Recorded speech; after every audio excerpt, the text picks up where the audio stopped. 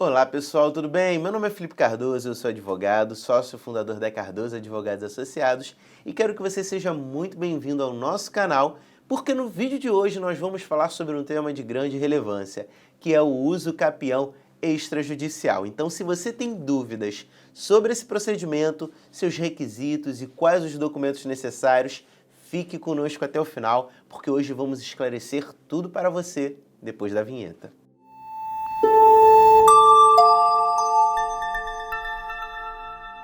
Bom, pessoal, e para começar a falar sobre o nosso tema de hoje, é importante a gente lembrar que o uso capião extrajudicial ele pode ser requerido principalmente pelo ocupante do imóvel, que tem a posse mansa e pacífica sobre o mesmo, ou seja, o morador, aquele que ocupa como proprietário, e também pode ser requerido tanto por pessoa física como por pessoa jurídica, e no caso da pessoa jurídica, o representante dela que irá promover esse requerimento. É importante a gente destacar que eu mencionei aqui duas palavras-chave para vocês, que é a posse mansa e pacífica e viver naquele local como proprietário. Ou seja, não é possível um uso capião quando você tem uma série de litígios, brigas, uma ação de reintegração de posse ou emissão na posse contra você.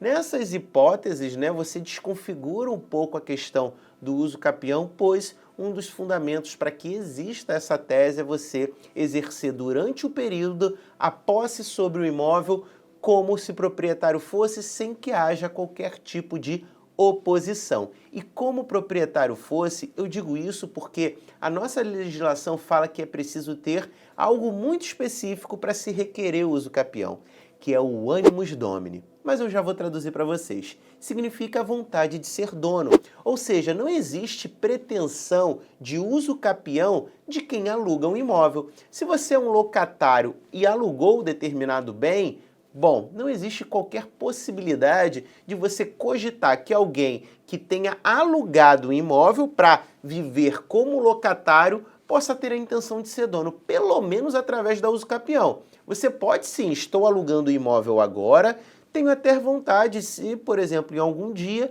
o proprietário decidir vender, eu realizar a compra. Inclusive, a nossa legislação ela prevê que quem aluga um imóvel, em caso de venda, ele terá prioridade na compra. Mas para a questão do uso capião, essa não é a questão. Se você aluga um imóvel com o objetivo de entrar com uso capião, não será o caso, pois a legislação não abarca. Ela vai incluir ali quem tem a vontade de ser dono. E quem tem vontade de ser dono, no primeiro momento, a lei não interpreta como alguém que está simplesmente locando o imóvel. Então, mesmo que o proprietário do seu imóvel saia dele, ou então você perca o contato com ele, dificilmente o uso capião seria uma via ali de aquisição dessa posse, tá, gente? E eu tenho que deixar claro para vocês que a contratação de um advogado é necessária sim para conduzir o processo de uso capião extrajudicial. Esse profissional vai fazer mais do que apenas ir lá no cartório assinar, o que é um requisito também ter a assinatura de um advogado.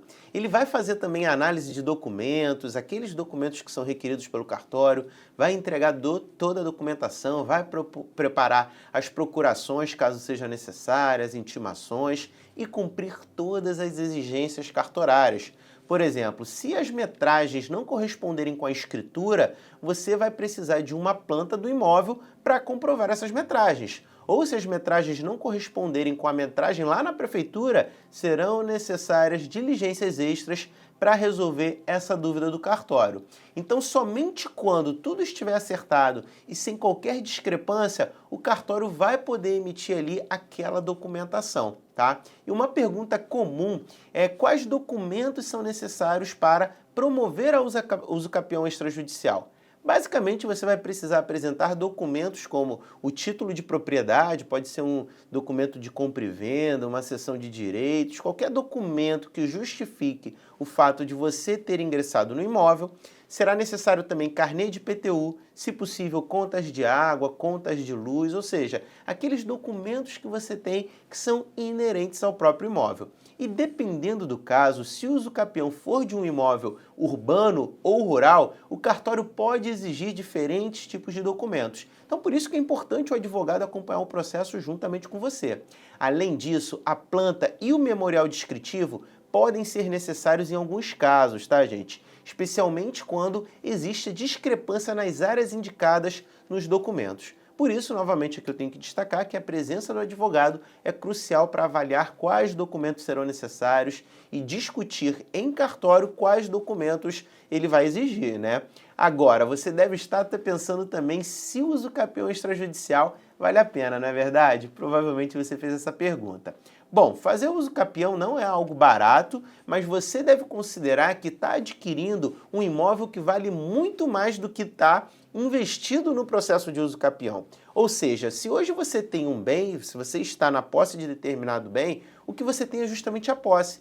Quem é proprietário é aquele que registra, que consta no Registro Geral de Imóveis. E um dos caminhos para se obter esse registro é, obviamente, através do uso capião. Então você deixa de ser posseiro para ser proprietário. Só isso, às vezes, vale a pena, não é verdade? Investir num procedimento de uso capião, caso seja a sua situação, é interessante porque vai te trazer tranquilidade, vai fazer com que você finalmente esteja ali com tudo regularizado em relação ao seu bem. Inclusive, caso você busque realizar a venda desse imóvel futuramente, você poderá até mesmo oferecer para o possível comprador um financiamento através de uma instituição bancária.